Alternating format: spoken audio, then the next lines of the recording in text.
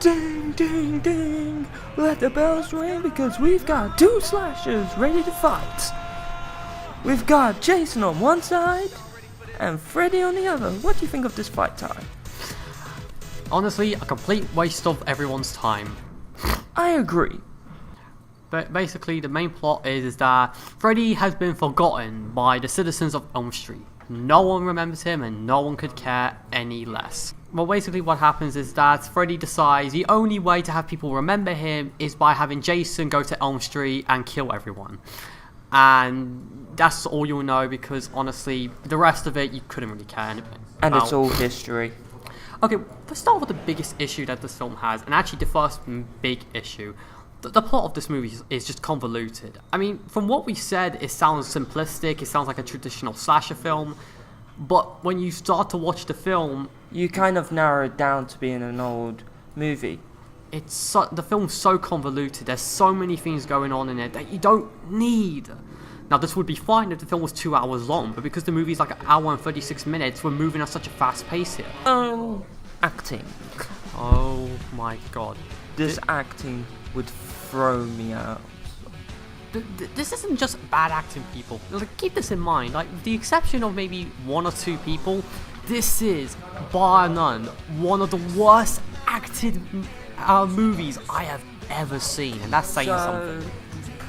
Two of my best actors are the girl. Well, three. Girl, Jason, and Freddy. All the rest are dead weight on the film. And I'm saying this because the actors who get thrown around by Jason and Freddy, who are dead weight, just don't belong in this film. The problem is that the actors there's one decent actor, at least to me, there's one decent actor in the film, but he's sadly not in there that much and he gets killed off halfway through. I am sad about that. And then we have Robert Englund, who is basically in his final film appearance as Freddy, and he actually kind of stole the show here. He's more probably the best actor in this movie than anybody else. This is probably this is also my favorite interpretation of Freddy. Someone who walks the line between being funny and goofy while also having such a dark, sinister sense of humor to him, which I think has been missing from some of the other Elm Street films. And also I have to give props to the actor who played Jason. He was really, really good. And the stunt doubles for those two actors, brilliant. Yeah. Don't they have to use a couple of green screens? Character. You.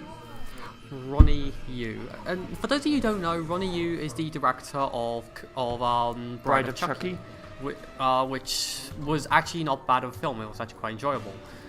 And this film is enjoyable on a guilty pleasure level.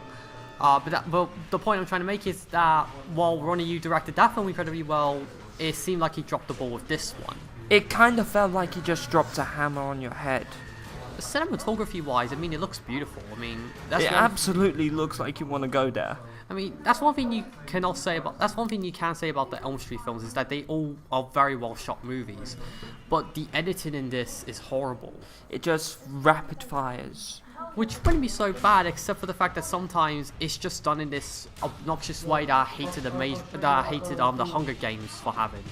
That there are times where it's at the same shot and then just edit for no reason. So, I would say, let's move on to the kills now. My favorite kill has to come from Jason at the party, destroys. That was a really cool scene, probably the best scene out of the movie. Aside from the fight with Freddy and Jason. So, what's your favorite kill, Ty? Yeah, I would have to actually go with that one. You would agree with me? Yeah, although I would say a close second would be the part where he actually slices someone in half. That was pretty funny. Yeah, that was. And that was pretty awesome. It was very inventive at the time. Yeah. But then Jason starts to slack. So, in your turn, out of the two, which one's inventive? Probably... Well, I don't have to go with Jason because, to be honest, while Freddy does get a kill, it's only really one. Jason gets like multiple kills in the film, whereas Freddy only gets one. I mean, it's a cool death and all, but just not that impressive. I think the action scenes were actually well directed. Granted, Ronnie does sort of that quick cut editing technique that I've complained about, but thankfully you can actually see what is going on in the action scene. In the fight scene in the dream world with Freddy, now this is my favorite fight, is when he ping-pongs Freddy, when he ping-pongs Jason like those machines back in the old days where they ping-pong around. That was kind of funny. That was funny. And you would agree with me right here, right now, that the final fight was more than bad acting. It was wasteless. So, yeah, the action scenes were really good. Full verdict time. You know how this goes, ladies and gentlemen. Me and Ty give our verdicts, and then we move on to the main event. Yep.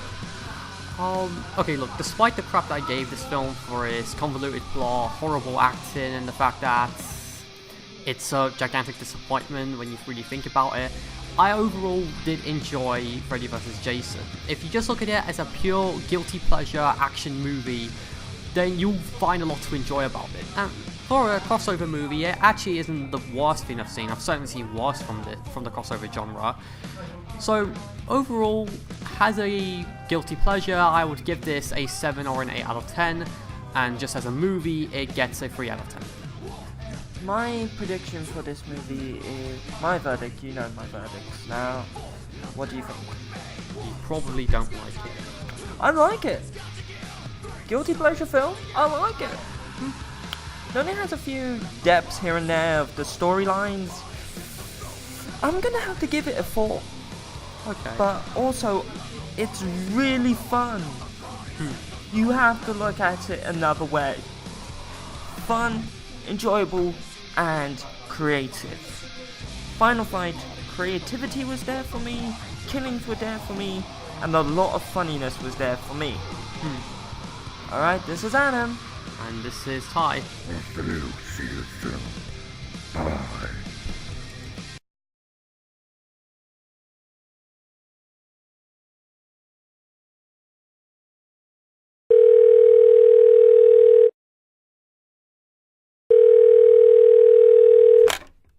Hello, welcome to SlasherCon. How can we help you today? Hello? Dude? Hi there. Hi, my name is Jason. Batman? No, Voorhees. Jason Voorhees. Oh, hey Mr. Voorhees. Before you say where's Todd, he's out at the moment doing some shopping errands. So, I'll be helping you today. Oh, okay. Just as long as you're not as bad as the last person who replaced Todd, I'm happy. Yeah, I can... You want a machete, right?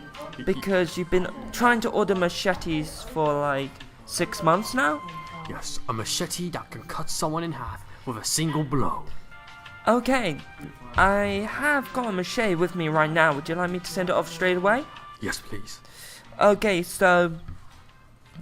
I would like to say that I'm a big fan of your work, and keep it up. So your machete will be with a severed hand as well.